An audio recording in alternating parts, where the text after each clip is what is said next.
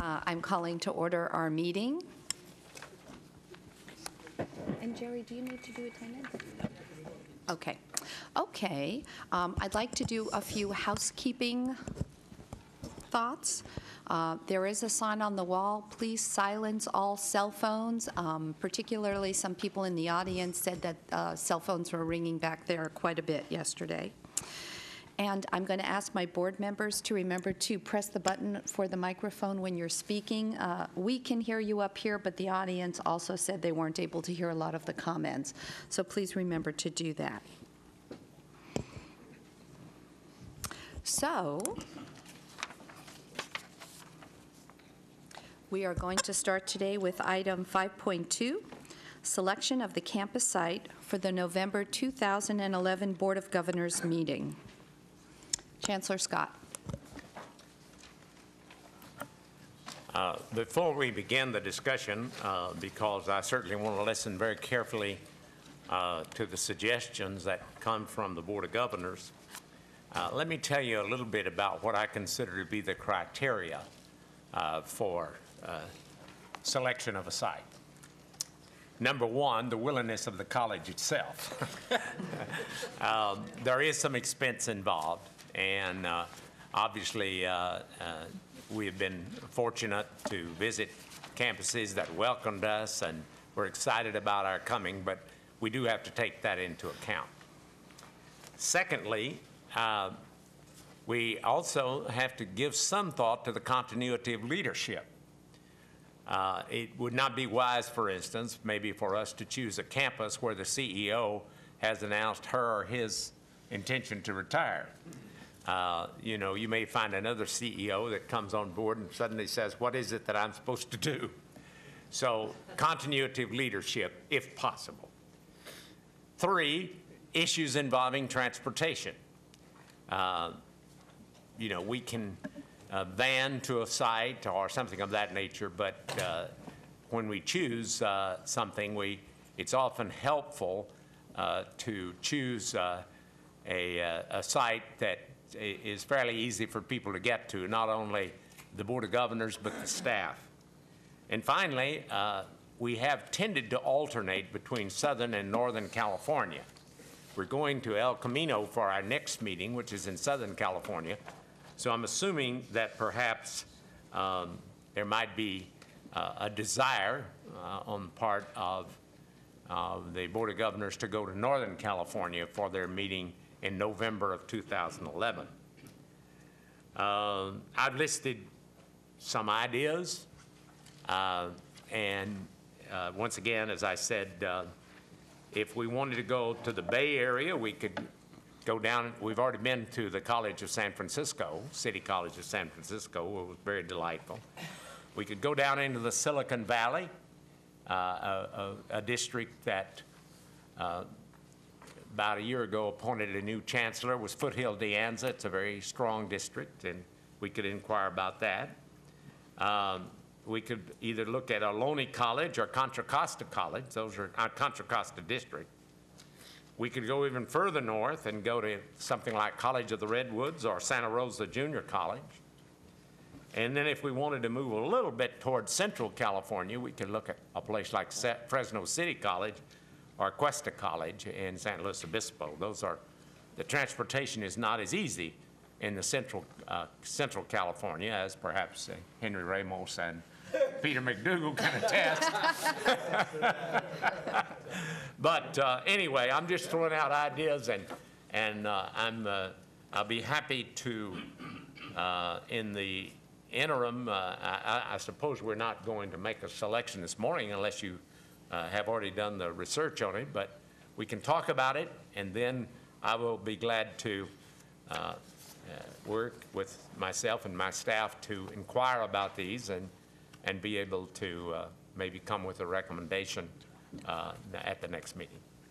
Thank you. Vice President Himmelstein. Yes, thank you, Chancellor. Appreciate your comments. They make good sense.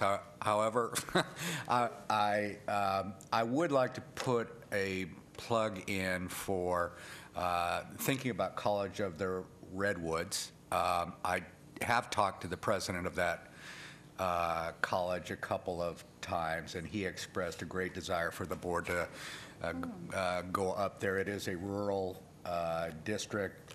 I don't know that they've gotten a visit from the Board of Governors. I acknowledge there probably are some significant transportation and other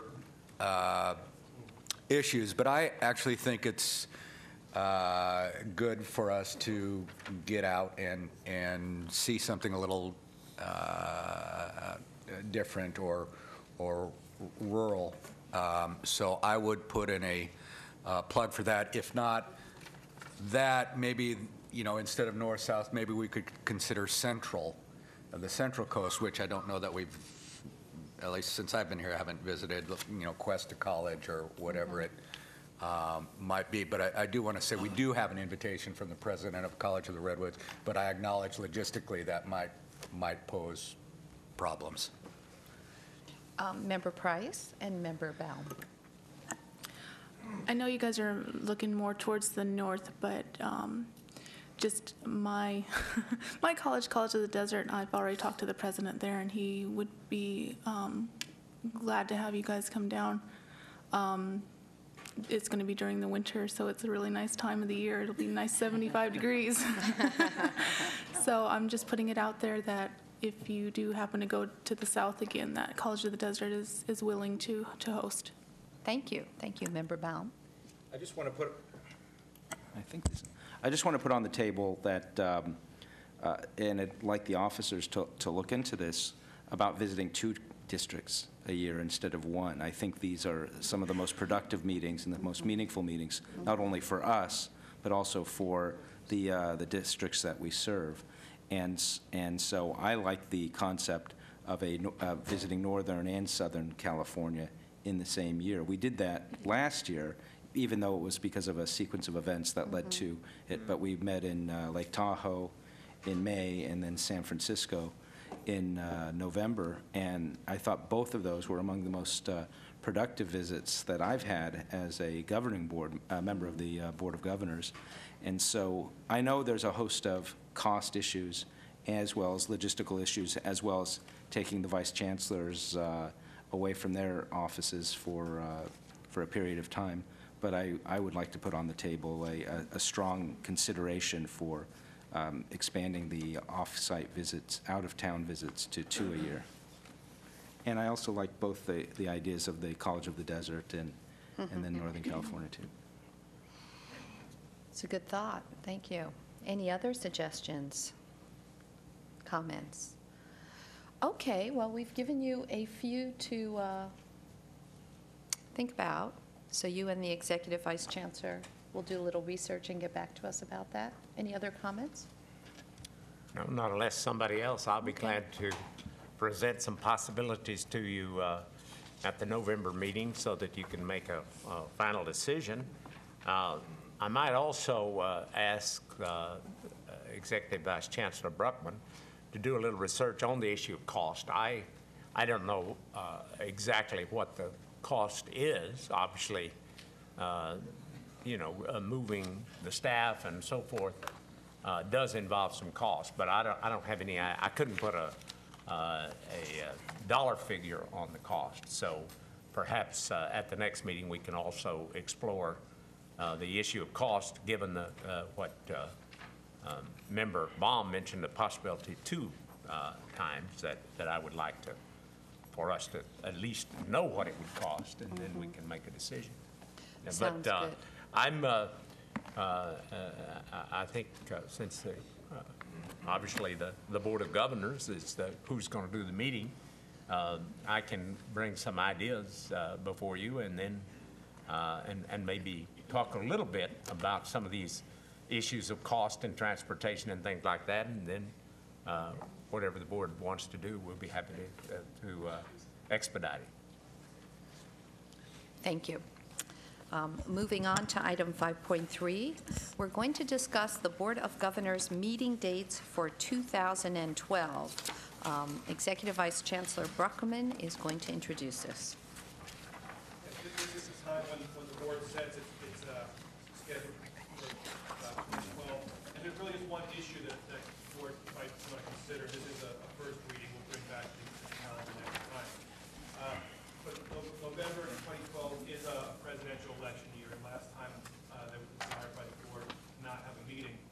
election day. So all of you have in front of you a calendar for November 2012. And you see, normally the board meeting would be on November 5th and 6th. November 6th is election day. November 12th, following Monday, is Veterans Day holiday. So that throws off the opportunity to have the following week, if we were to do a Monday, Tuesday. There's nothing that says you can't do it a Tuesday, Wednesday of that following week, or the week before, the last week of October. So this is just to give the board the information, and with staff, of course, will do whatever the board prefers. I'm interested in hearing from the board members what your thoughts are. Which dates are you thinking would work well? Member Baum? I was going to recommend that we meet after the election, maybe on a Thursday, Friday, as opposed to the Monday, Tuesday. Is there any logistical challenges to meeting on a Thursday, Friday, as opposed to a Monday, Tuesday?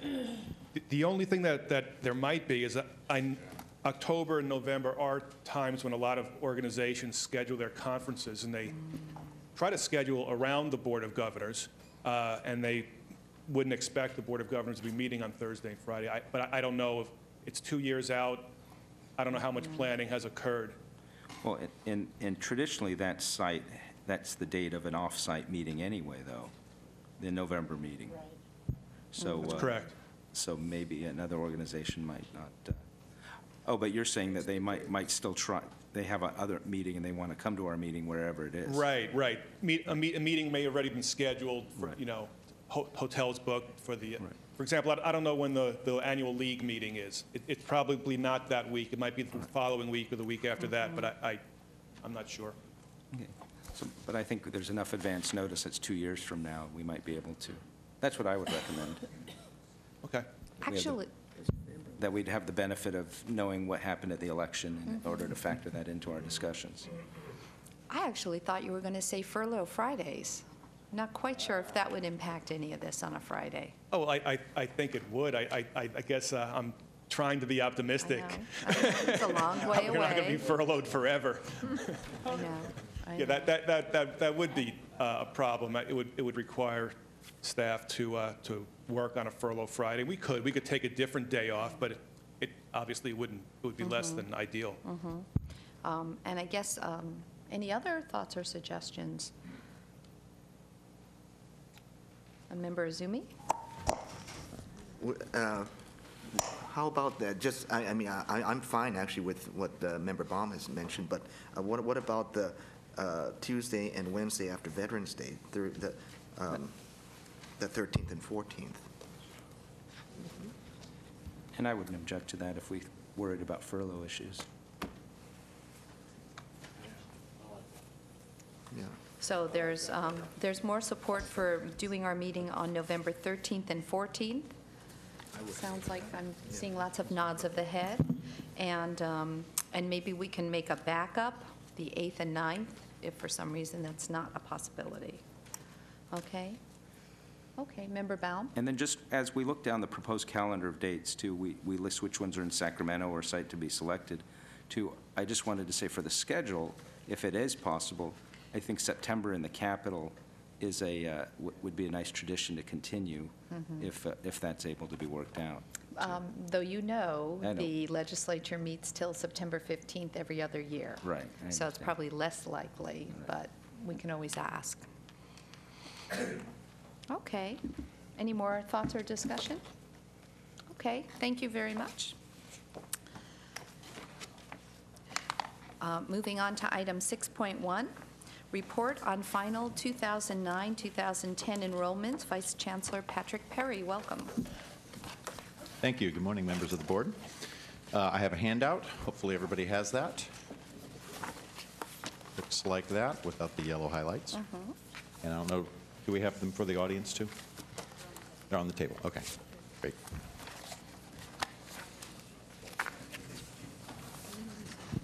Okay, so where we last left off, I was talking about fall enrollments only, and now we're talking about the full year's worth of data for the academic year 2009-2010.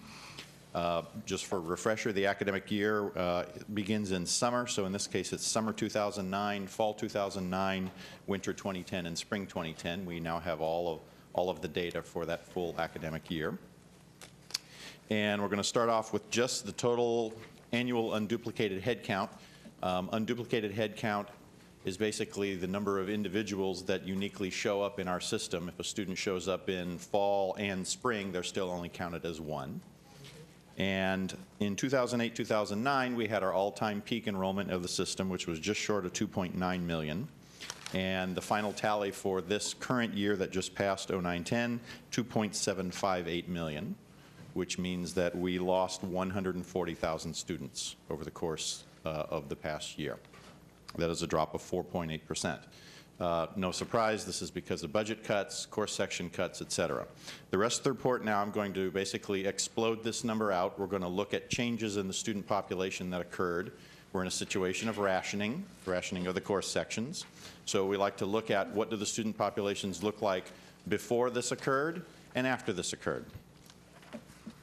Okay, page 2. We're going to start off by looking at what does the student population look like before and after by race and ethnicity. 2009-10 was the first year that our system implemented the new federal race and ethnicity data collection format. So the old data collection format was a single question, what is your primary race or ethnicity? The feds took 10 years to come out with a new guideline. It is now a two-question format. Question 1 says, are you Hispanic, yes or no? And question 2 says, check one or more, and then gives 5 primary race and ethnicities: American Indian, Asian, Black or African American, Native Hawaiian, Pacific Islander, and then white. And a student is allowed to choose as many as they wish to affiliate with on the bottom half. So you can now get a category called more than one race. Well, this kind of changes the way students essentially record themselves. And so we have somewhat of a data artifact now with older data. We have a new time series coming out. 1.3% of the students identified themselves as having more than one race. Okay? So that essentially takes away from all the other former race categories. You'll notice that we then went down in Asian, went down in Black and African American, went down in Filipino, stayed flat in Hispanic, went down in Native American, Pacific Islander, went way down in the tally of white students, and the one area that we went way, way up in is the percentage of students who do not wish to tell us what their race or ethnicity is, okay? Because this is now a bit of a confusing way of doing it. There's a very interesting pecking order of how you count these. If a student leaves any one of these two things blank, then they are now unknown. So it's kind of a quagmire. Now we're getting up to 16% of our students do not tell us their ethnicity in one way, shape, or form, which kind of makes all the other ones a little bit iffy, okay? But that is the new way we're doing it. That's how the feds do it. This is what we report to IPEDS, and so this is what we have as a time series now. Decline to state is not an option, okay? It used to be an option on our form. Now it is not an option. However, simply leaving it blank, that's their way of getting past that, and we certainly don't hold up an admission or an enrollment because they leave that field blank. You will also note that time-wise, go back 6 years, Hispanic was 27% and white was 37%, and now those two have pretty much converged right around 30%. So just the general demographic of California is catching up with this, okay? On to student gender. This is not something that has changed necessarily because of this year, but we have a slow time series of males are starting to come back to our system. Used to be almost 60-40, and now we are at 53.5 female and 45.1% male. So that is, once again, catching up. Page 3, on student age. This one actually does show a pretty significant change over the course of our 2.7 million students. You'll note that we lost students who were either young, basically less than 17 years old, which represents special admits, K through 12 students, and older students, age 35 and older. Both of those went down. The percentage of students in our system in the age range of 18 to 24 went up. 25 to 34 remained flat. The 18 to 24, you know, we're becoming kind of a more traditional aged group. That's almost now 50% of our population. They actually eat up more like 75 to 80% of our FTES. Okay, that is still our biggest group passing through. On student self-declared goal, you'll notice pretty sharp increase in the number of students who self-identify themselves as being degree, certificate, or transfer seeking. That's up 3% from the prior year. Far fewer students are coming in identifying as non-degree seeking and fewer identifying as undecided what their goal is. Page 4. This one you might want to stick in your head because this is going to affect our enrollments coming up. Student enrollment status. Pretty significant sharp decline in the number of students who are first-time or first-time transfer in. Okay, these are students with the lowest enrollment priority. Continuing students went up from 38% to 43%, pretty sharp increase, meaning those folks have the highest enrollment priority. They were already in the system. They got the first cut at the courses, leaving far fewer for the first-timer who had a hard time getting in. So there were far fewer of the first times, far fewer K through 12 special admits. This is going to cause us problems in the future more than likely because continuing students eventually make their way out of the system. They get a degree or they leave or get a job or do something. And if you don't have a big first-time population coming in behind them, you have a hard time keeping your FTES up when you want to grow again. And this is why the cycle usually takes a good 3 years once the budget gets healthy again. It's not like you can open the spigot up and suddenly they all flow in. You've got students in the pipeline already. So something to pay attention to. If you want to put an actual number to how many first-timers we lost compared to the prior year, table on the bottom of page 4. So consider this. We lost 140,000 students in the system total. We lost 133,000 first-timers. Okay? Just kind of flows, makes sense. Those were the students who couldn't get in, last in the enrollment priority line. That's 13% fewer first-timers than the year before. Page 5. Course offerings. So we reached the peak number of sections offered in 08-09 at 425,000. We actually cut 9% of our courses this past year, 38,000 courses fewer than the year before. Course section size is at an all-time high. So we have a course section size now of 31 students. That's the first time in history we've ever gone even above 30. So far fewer course sections, but everyone jams themselves into whatever is left over.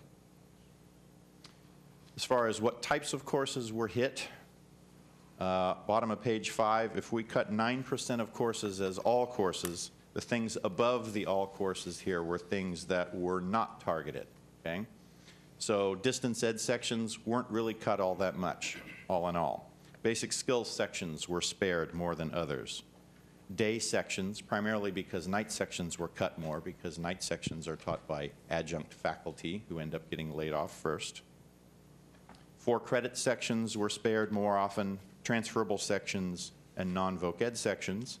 The things below that were things that were cut more often, non-basic skills, voc ed sections, primarily because they're high cost, non-distance ed, non-transferable, evening sections, unfortunately, were cut, adjunct faculty, and finally, the area that was cut the most in our system, non-credit.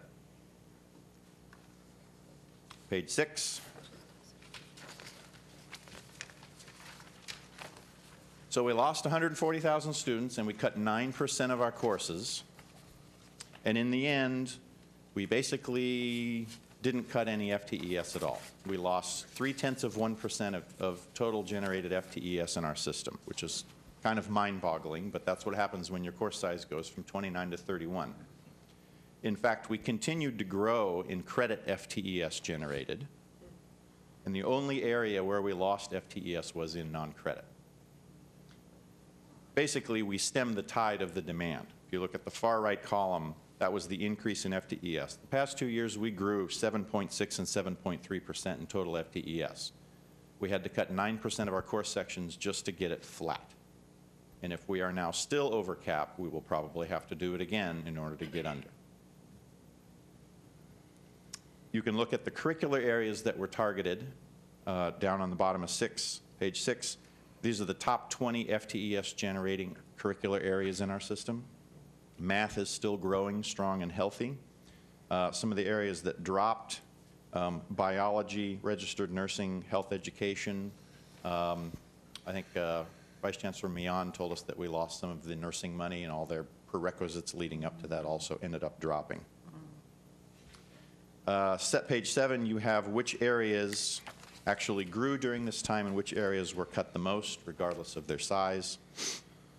You can see some of these areas that grew were strictly vocational areas: dental hygienists, computer networking, and computer infrastructure and support, kind of making a comeback. Fire academy grew, police academy dropped. And number 4 on there, as it is in bad times, alcohol and controlled substances. Okay? Finally, last page, the takeaways, probably the highlight bullet points that I'm trying to boil down for you. We lost 140,000 students this year. Looking at the numbers, almost all of them were first-timers. Student population now looks a little more traditional, more 18 to 24-year-olds, fewer older and K-12 students, more degree-seeking students. Actually, the students that are here have a higher unit load. Those with enrollment priority get their courses, sharp decline in first-time students. We cut course sections 9%. Course section sizes at an all-time high. Even with all of this, we did not decline in FTES, and the type of course sections that were spared and cut are listed below. I have attempted to boil it down into the salient points here. We actually look at a lot of things here, but these are the ones that showed up as being salient to you. Any questions? Member McDougall. Patrick, wonderful report, really a great deal of information and very helpful. My question is based on the unduplicated head count and what we would have projected that number to be. My understanding was last year was the largest size high school graduating class. So when we look at 140, that's against the past. If we had looked at that year, what would we have estimated our increase would have been? Well, if you're looking at the trend line on there, I think you could easily say that you could have added another 5% in headcount, because that was the headcount increase the prior 2 years. Right. So really, the true demand here, we could have ended up losing about 300,000, okay, had we attempted to meet true demand. That's a guess, but what that line looks like. Chancellor Scott.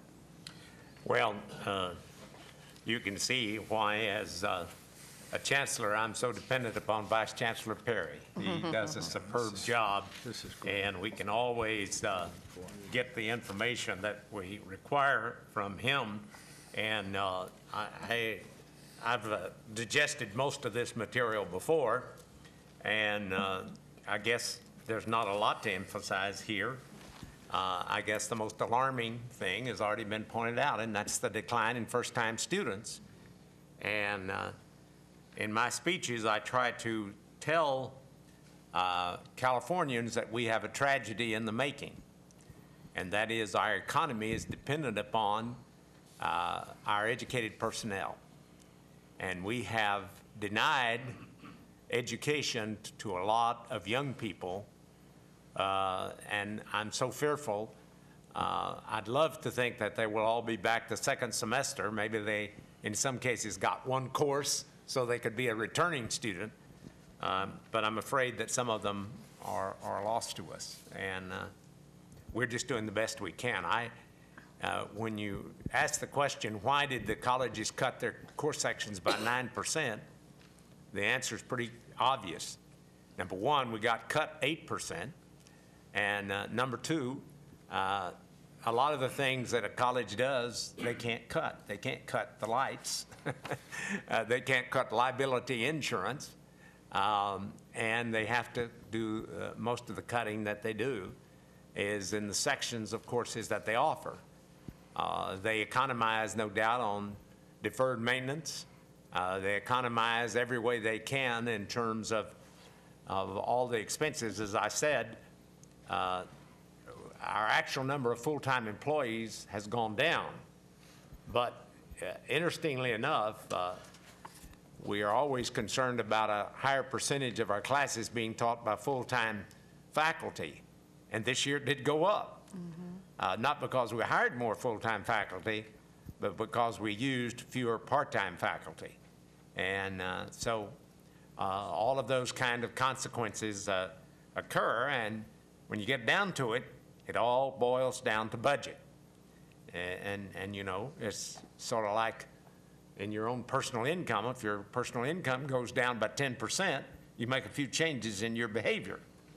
And so our colleges made changes in their behavior, and if you look at it, they also made changes as a result of legislative direction. The legislature, when they said that we could cut our courses or could cut our FTES by 3.39%, they went ahead and told us that they did not, if at all possible, want us to cut basic skills, career technical education, and transfer courses.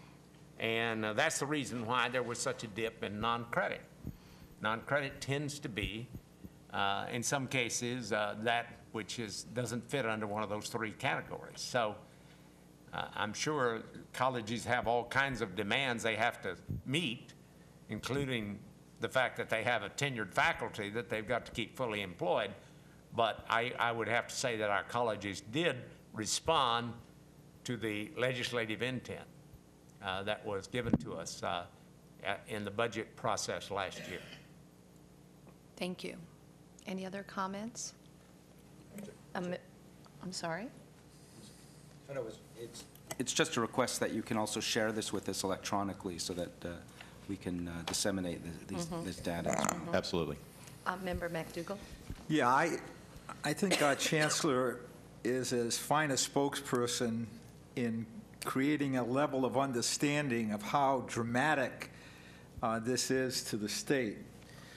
But given this report and how powerful it is in showing how opportunity is being denied to so many Californians, I just wonder if perhaps a communication from this board to the two gubernatorial candidates, informing them of what has happened, informing them of the impact that we see in the future, and also the deterioration of the infrastructure to our colleges, which you cannot see at this point, and ask them if they would be kind enough to share with us their position on community colleges and how they might move to deal with some of these deficiencies.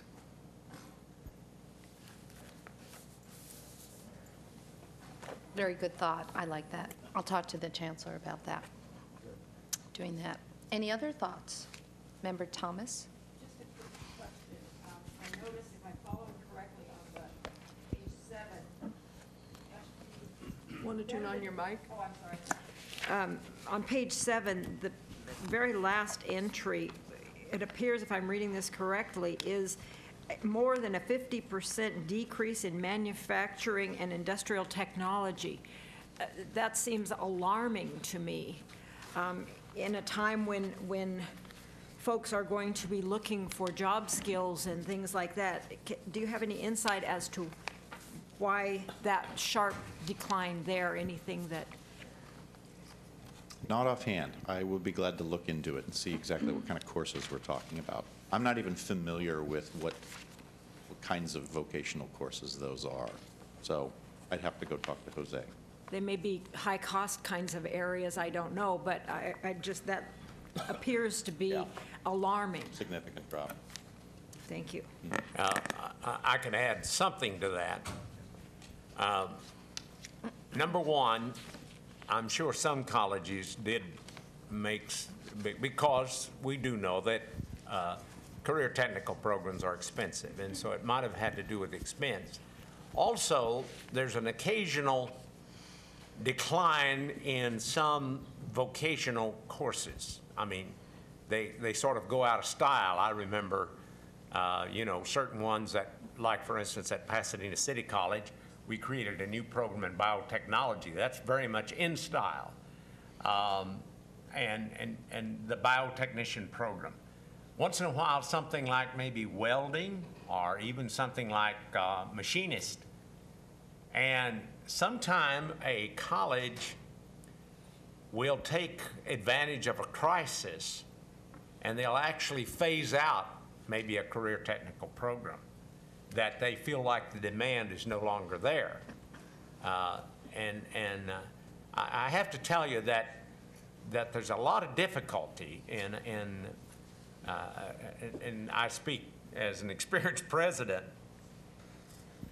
When you hire instructors in an area like, let's take English or psychology, you're almost confident that the demand will continue and that maybe if you have, let's say, 25 English instructors, if for some reason the demand lessened, there would be retirements and resignations. But if you hire somebody in a strictly vocational area, and I'll use welding as an illustration, normally if the demand lessens in that area and you have a tenured instructor, you've got a problem. Because that welding instructor is not generally qualified to go over and teach English or psychology. Whereas if you have maybe a psychology instructor, they may have a minor in sociology, and so they may have a little diversity. So colleges, as somebody who wrestled with this problem as a college president, maybe I'm going into too lengthy an explanation, but Peter could probably second what I had to say as an experienced college president. So I don't know what's happened out there, and Patrick has promised to try to find out what particular courses are involved, but career technical programs do change in terms of their interest. You know, suddenly you find we used to have quite a number of flight attendant programs. Well, we found out that the aircraft industry was maybe training its own flight attendants, and that program wasn't quite as easy to maintain. So we'll have to do some research on it to come back with the answer, but maybe because of my past experience, I'm just trying to inform you a little bit about what may be happening out there as colleges are wrestling with this stringent budget and are trying to say, okay, maybe we've got a program here that was very popular in the say 80s or 90s, but is not as popular today. If I might, as I recall from a number of years ago, attending the Governor's Summit on Career and Technical Education, I thought that this sector was one of the ones increasing.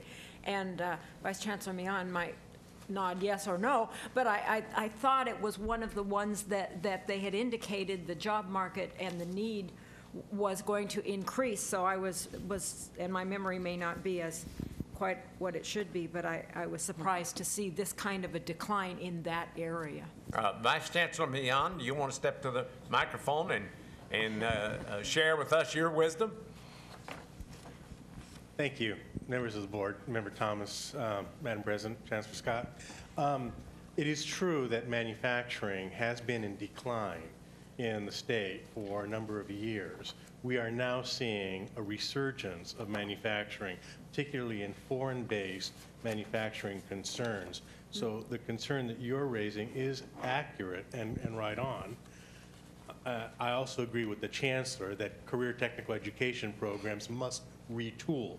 So we are looking at a period now of retooling, as well as colleges that are having to cut some programs because of their high cost.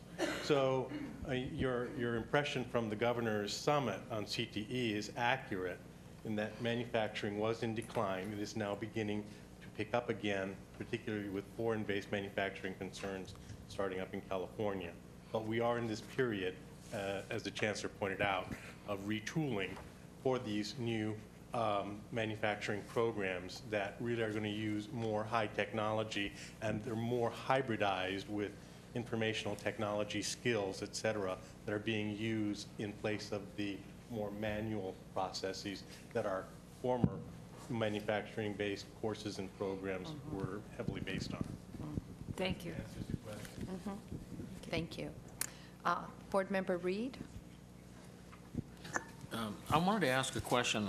As we do our analyzing of these changes in our system, do we do any forward forecasting as to what the K-12 enrollment trends are going, say 5 years out or 3 years out, that type of thing? Yeah, actually we do. And when we do our enrollment projections, we take that into account.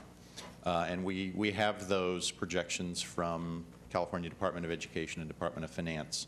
And we actually break it down into what's the college going rate, what's the college going rate by certain ethnic groups coming out of K-12. So we do have that in our projection model. We are headed into a period where the K through 12 enrollment and graduation numbers are going to be in decline for about the next 10 years. Is that nationally or in California? As far as I know, that's California, but I mean, nationally, it's a generational thing. It is just, this is the offspring of Generation X, and that's just a much smaller demographic. Any other questions or comments? I don't see any. Thank you very much for your excellent report. Thank you. We're going to move on to item 6.2, the Veterans Committee report. Very briefly, before that, we do have one new employee in the audience we'd like to introduce. Sorry about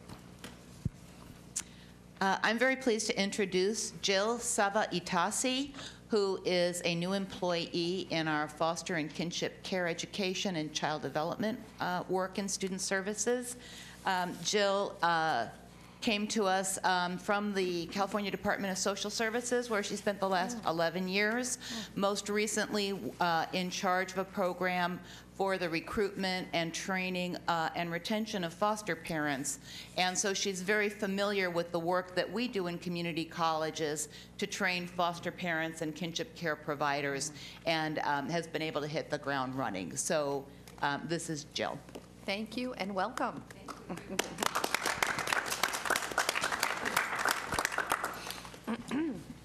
Okay, back to item 6.2, board members McDonald and Baca.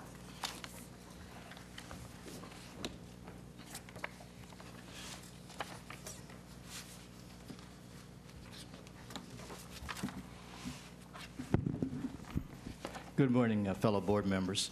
Back at our retreat, our board retreat, we discussed having 3 goals.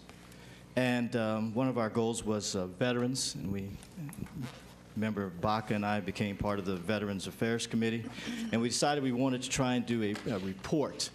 I got with Vice Chancellor Linda Michalowski, and he's actually Vice Chancellor Morgan Lynn, and a few of the other Vice Chancellors to work on this and take a look at it. But as we got deeper and deeper and deeper into it, we found other happenings that were happening with the veterans. So what Manuel and I did was put together somewhat of a proposed report on how it would look, and we just wanted to bring you an update of where we are with that. So that's what this is, and this is how it's proposed report, and then some recommendations that we found. So I just want to briskly go through this. I won't run through it, but I'll briskly go through it, and let you know that if you look at the table of contents and the different components that we have, and a different place. But I want to go over briefly after the executive summary, I wanted to go over the purpose and intent. And the purpose of this proposed report is to provide, to the best extent possible, a comprehensive overview of the current enrollment of student veterans within the California Community College system, the programs and services available to student veterans, the extent to which student veterans are utilizing services for the veteran population as compared to general services, identified best practices in student veteran services, and gaps in the services for the student veterans. And again, the intent of this document was to lay the foundation for the first system-wide Chancellor Office initiative to support improvements in the quality and consistency of veteran services on California Community Colleges campuses. I'd like to mention that thanks to Assistant Vice Chancellor Valerie Purnell, she's been working real hard with myself and Manuel Baca to make this thing work. Again, I won't go through all of it, but I just kind of wanted to just briefly let you see what we had some comments, and we also put in some questions on each one of these different pages so that you too could jump in and give us some information and input to this report, because it is a Board of Governors report. We've got the pages on programs and services, the utilizations of services.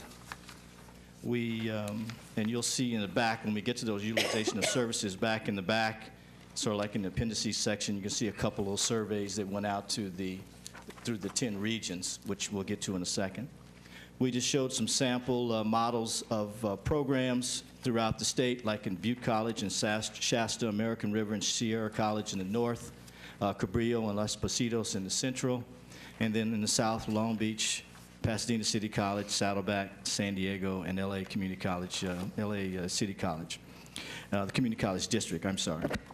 And then again, you can see some of the questions. The next pages would have the regions and who are in those regions. I believe the next thing is a map. Yes, it is. And then the Veterans Regional Representatives.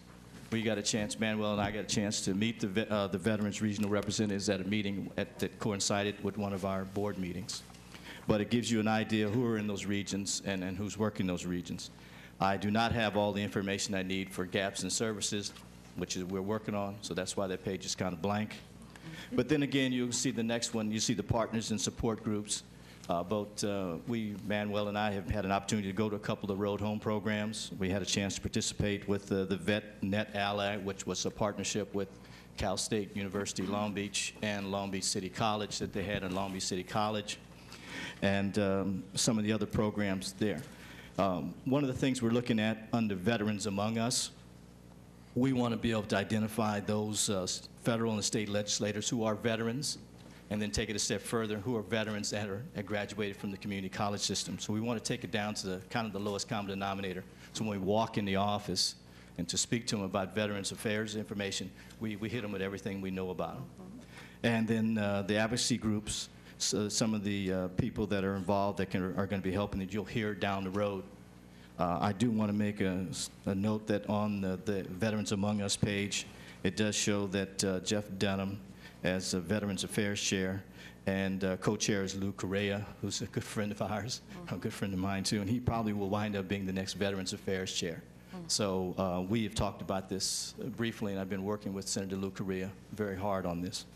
The next section, the government relation activities, you can see the Vets Connect program that Assistant Vice Chancellor Valerie Purnell has put together, and then of course as you go through the background and the capstone projects, this was a program, again, that she's worked with Senator Feinstein to try and work on. Again, this is a work in progress. As you very well know, we like to do more, and that's pretty much the whole purpose behind this proposed report, is so that we can back up some of the things we're doing. We have significant veterans programs throughout the state. It's just time for us through this report to connect the dots. Let's get all 112 on board, because I know that they look at us from a federal standpoint on how we're doing from 112, not for 1 or 2 or 20. And we need to keep that in mind. We have to bring all 112 online. The other piece of this is, again, all of some of the materials that were in the foundation. A nice little article they had in the Foundation magazine last time on veterans. And back in the back on conclusions, before I turn the microphone over to Manuel, but some of the conclusions we want to bring to at the next meeting for recommendations for the board is to kind of take a look at what's on the horizon, take a look at recommendations of what we need to do with the Veterans Committee. Do we meet more times with 5 of the vice chancellors, because we have 5 vice chancellors that have veterans responsibilities or some sort of veterans responsibilities. And do we do that? Do we find a point person that we can have for veterans in the chancellor's office so that we can coordinate some of this information so it doesn't bottleneck and stop? And then the point person also can work with the California Department of Veterans Affairs, and then hopefully partly with the UC and CSUs. And again, it gives government relations more of an opportunity for funding options. And of course, at some point in time, I would like to make sure that Manuel and I could go back with or the Veterans Committee at that point in time, whoever is on at that time, can go back with the Assistant Vice Chancellor for Federal Relations and really work with the individuals that are funding these different positions and programs, other than just going back with the group. As you say, we have some acknowledgments there, some of the websites items. You get a couple copies of some of the surveys that kind of went out. And again, we're looking forward to bringing recommendations to the board in November. What I'd like to do is turn it over to Manuel Baca on the committee, and he can tell you where we're going from now, where we're going from here. Thank you, Bobby. Fellow board members, Chancellor Scott, I want to first thank all of us, I guess, thank all of you for making the veterans services for our community college students a priority this past year.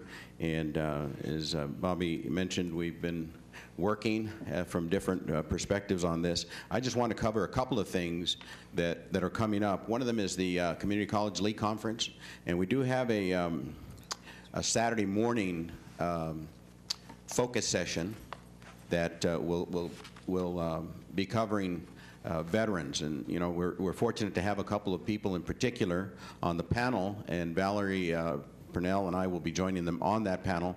But one of them, who you are very familiar with, is Undersecretary Rocky Chavez, and so I think he's lent us a great deal of support from his position in the state. The other person who has agreed to attend and be one of the panelists is Sarah Manzano-Diaz. She's out of the Department of Labor and the director of the Women's Bureau. This Women's Bureau, for some of you, giving you the background, was formed right after the passage of the 19th Amendment. So it has historical significance, and Sarah Manzano-Diaz is working on a whole range of things involving women in education and in training, job training, and other related areas. But the focus for her at this conference will be women veterans. And you know, unfortunately, I became aware recently of some of the high numbers of veteran women who have served in Iraq and Afghanistan who are homeless. And it is a much higher percentage than even affects the male returning veterans. So she, out of her department, has provided some assistance to homeless shelters and so forth. And she'll be covering that, so it's an important aspect of what we would seek to do within the community colleges. So we're looking forward to that, and hopefully all of you will be able to attend that. The other thing is, and this is very preliminarily, this is work that maybe we will do as a follow-up once we actually secure funding from the federal government for use and model programs and the things that you're aware of with the intent of that funding. But the Chancellor's Office, in partnership with FAC and Jonathan Lightman, something in the coming year that will begin to coalesce our many contacts that we've been able to achieve with out of the community colleges, not only at the state level, but at the federal level as well, with Department of Education, Department of Labor, Veterans Administration, and see if we can translate that into some of the things that would be very positive. Part of the grant, as you're aware, would be to identify better our veterans. And some of the statistical information that we received from Patrick Perry this morning, I think that is very strong. It's information that certainly we can use in bringing a greater focus to the need. And so part of the work is getting that information together. Another part of that is certainly highlighting the model programs that we have within the system, because there are many community colleges doing a great job. Some other ones are work in progress. I think as a system we could lend each other some help, college to college, district to district, and certainly work on that. And one of the things that I and Bobby have a particular interest in is to make sure that there is a user-friendly online access for veterans and for providers. Oftentimes what we have, and this may be a big difference between the veterans today and those that served when Bobby and I were coming back from Vietnam, and that's there are plenty of services out there. Oftentimes, they're not really directed well in terms of the information. So we need to keep working at that. Oftentimes, veterans coming back from service in Afghanistan or Iraq or other places don't often know what they may need. They have a general understanding, don't quite know who to go to, may be reluctant for various reasons to not approach the question. But we need to continue to reach out to these individuals, not only because they've provided service to our country, but also because they bring back some really good skills and discipline that can be translated into our needs and workforce, maybe green jobs, whatever they may be. And so we need to just continue working on that. And so again, thank you. You know, Bobby and I certainly are very appreciative of being on the doing this work, and also that all of you have lent us your support on that. So thank you very much, Bobby. Any questions? Well, I would like to thank you. This is a great report, and keep up the good work. Thank you very much. Member Ramos. Yeah, I think we're all indebted to you, Members McDonald and Baca, for the good work that you've done in this area in a very short period of time. It's a really impressive progress that you've reported to us so far, and really promising to think about the possibilities that you've outlined.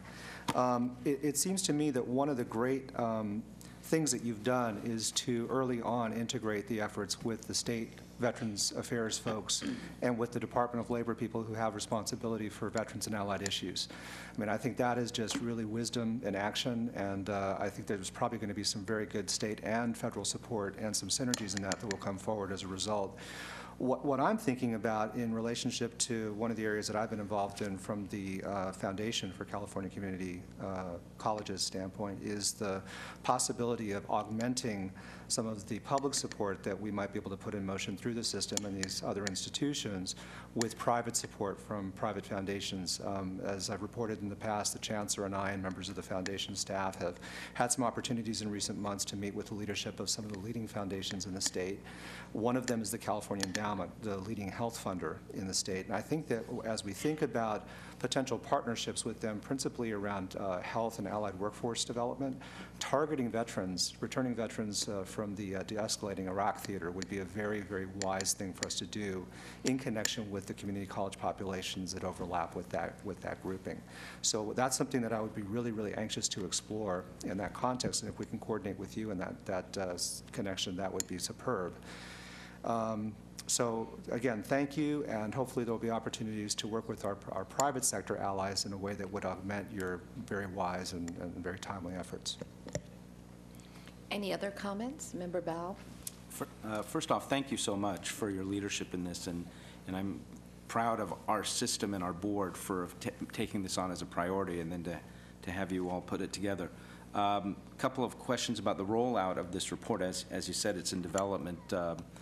First off, will we be able to count on the support from the Vice Chancellor for Communications to design and print this so that it will be in a form that we can disseminate broadly? Have we requested that? We haven't gotten that far. I mean, the whole process was to bring it to you guys today so you can see where we are. Okay, so you get impact and feedback. Right. I'm quite sure it won't be a problem to get it printed, but it's just the idea. It's Manuel, it's a work in progress. Mm-hmm. It's our report. It's not Manuel and the Veterans Affairs report. It's our report. So we wanted to make sure that you had an opportunity to give us input. Right. Like and then the scary thing, the real scary thing is here, Vice Chancellor Patrick Perry said that of that we had 300,000 people or students that couldn't get in.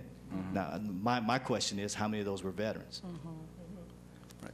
And we have at our district too. There's a number of veterans who are enrolled but actually aren't accessing the services for whatever reason.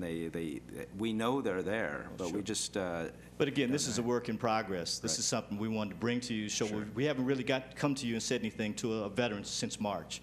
Right. So we wanted to come in and at least show that we're doing something. Well, this is terrific, and because I was thinking the meeting in November, when the whole system, for all aspects of the system are gathering for the conference in November, it would be a great time to, although it's probably not going to be ready by then, to deliver this report to the public. And then since we've accepted this as a priority of the Board of Governors, I was going to say, because you've helped organize this event that will be visible system-wide, that to encourage as many Board of Governors members to participate in attendance at that presentation that you're going to be doing.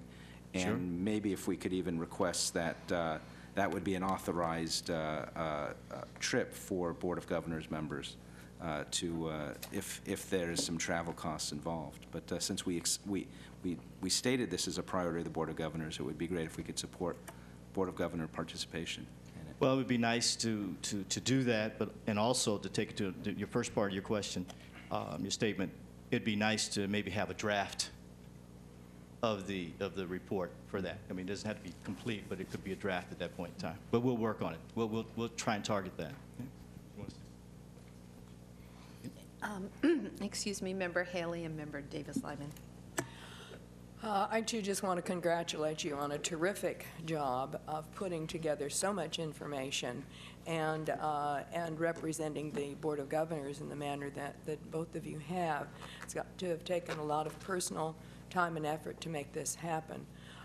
Probably just kind of an internal question about who's helping you on our staff. I mean, I presume that Vice President Michalowski is the one that behind you in terms of all that is going on.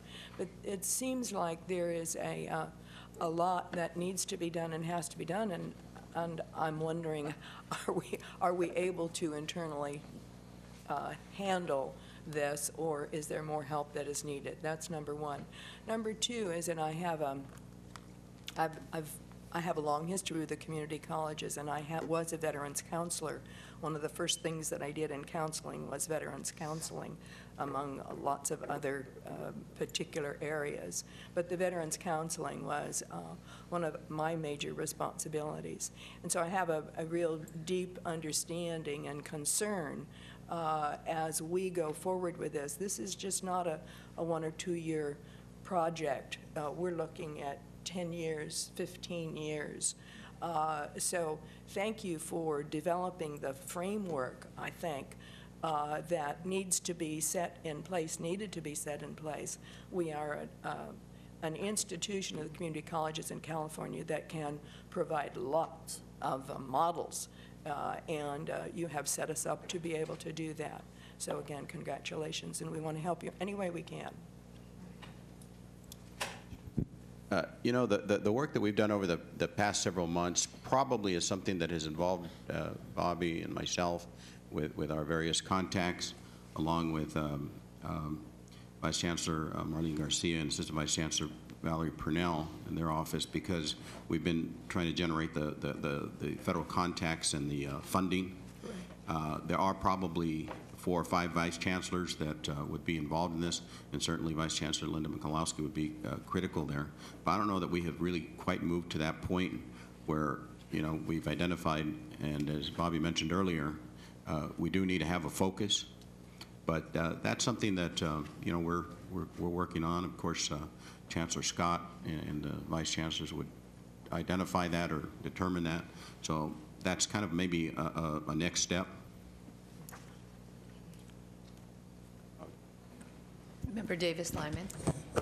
Thank you, fellow board members, for highlighting a group of students that we could have lost between the cracks. And my question is, are you involved in the shaping of state and federal legislation at this point, or involved with, I know you're working hand in hand with Vice Chancellor Garcia, but I'm wondering if you're able to help shape some of the legislation that's needed to support our veterans. Is that happening yet, or is that to come at some later date on your agenda? My personal feeling is we're doing, we're helping. I don't know if we're impacting, but I know we're helping, because having, Undersecretary Rocky Chavez, having, Senator Lou Correa and Senator Jeff Dunham, having those types of individuals on board.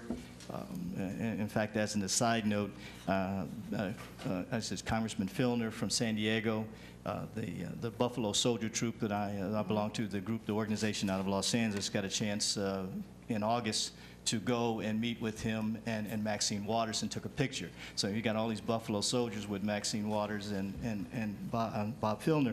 So I'm definitely going to use that, because that's going to be shaping some of the things we do down the road. But I think we are making an impact, and we are in the situation where we're in the front door.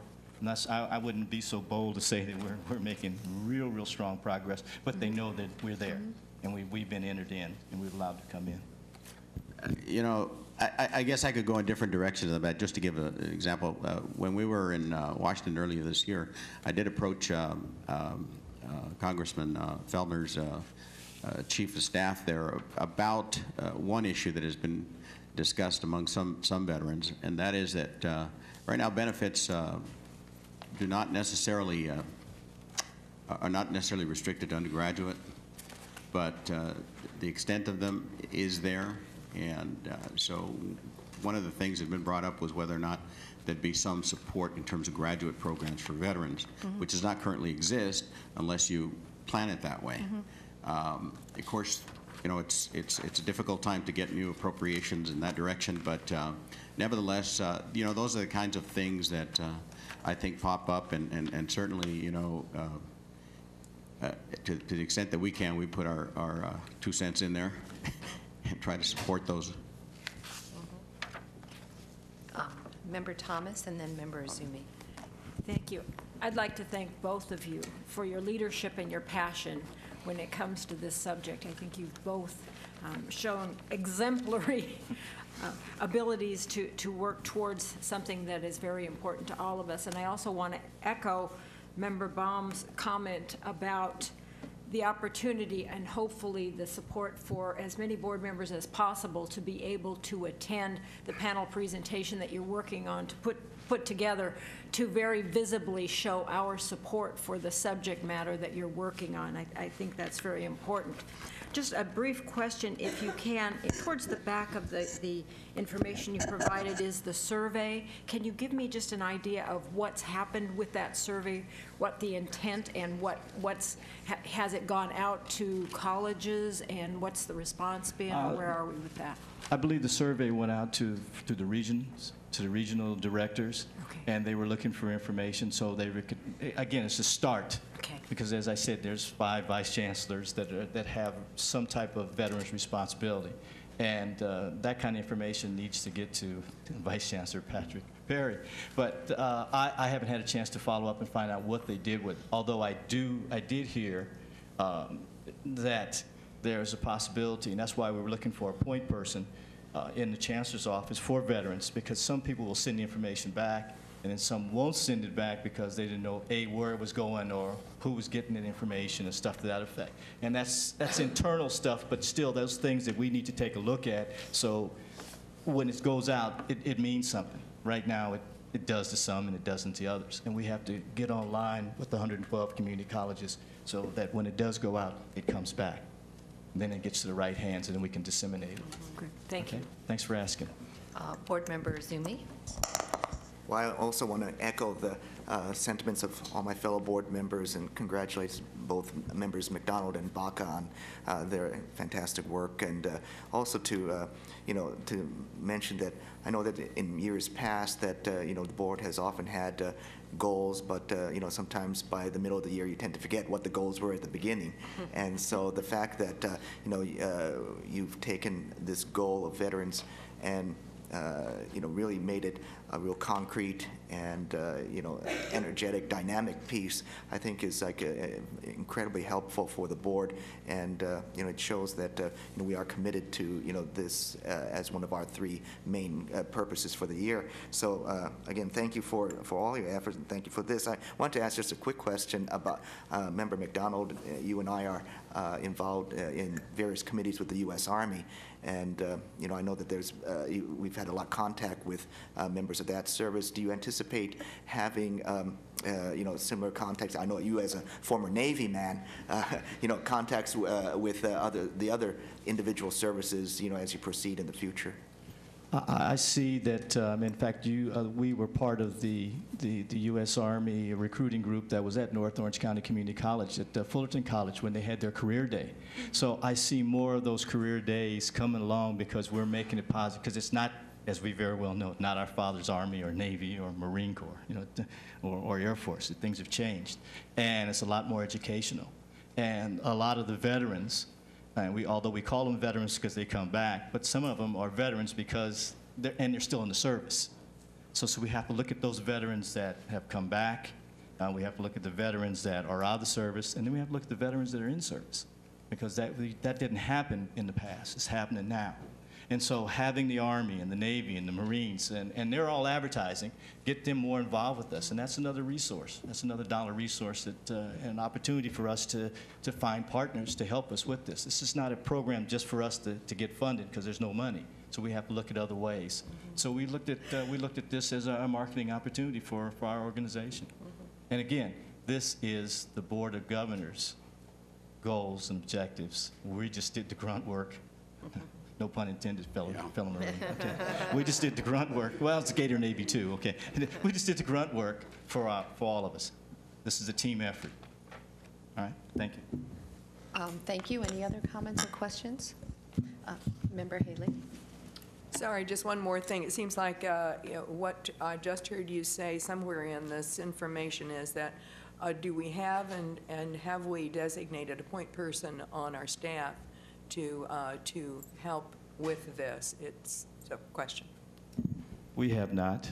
Okay. I mean, like I said, there's the focus of most of the veterans' information is under Vice Chancellor Linda Michalowski. But with the way the budgets and the workload and stuff is, you don't want to dump it just on one person. But I think that the veterans area from a goal, which we will recommend, and we'll bring some more information to you on it, should be a point person that's strictly just veterans, okay? And I'm biased, it should be a veteran, but that's okay. I mean, that's just my point of view. But we're looking at other ways of trying to raise money to make sure that those things are funded. So. Any other questions? Member Davis-Lyman? Thank you. As a follow-up then to Member Haley's question, where are we going with this then? I mean, by the next meeting, will staff come back with some kind of recommendation of support, or where are we going with this? Well, if you're looking at me to make a response, certainly we will discuss this in our cabinet meeting. We have gotten involved, obviously, with the whole matter of veterans.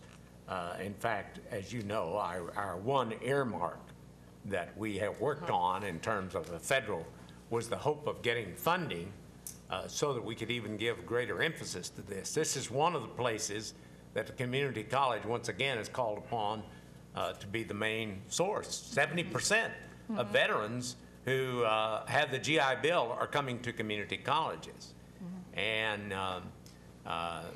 we will certainly respond to this. And in fact, we already have responded to it, and we'll continue to respond to it. And certainly, if you want us to respond, make a formal response at the next board meeting, we'll be glad to. Seeing no other comments or questions, thank you very much. Excellent work, and we look forward to the next one. Thank you. I think now's a good time to take a 10-minute break.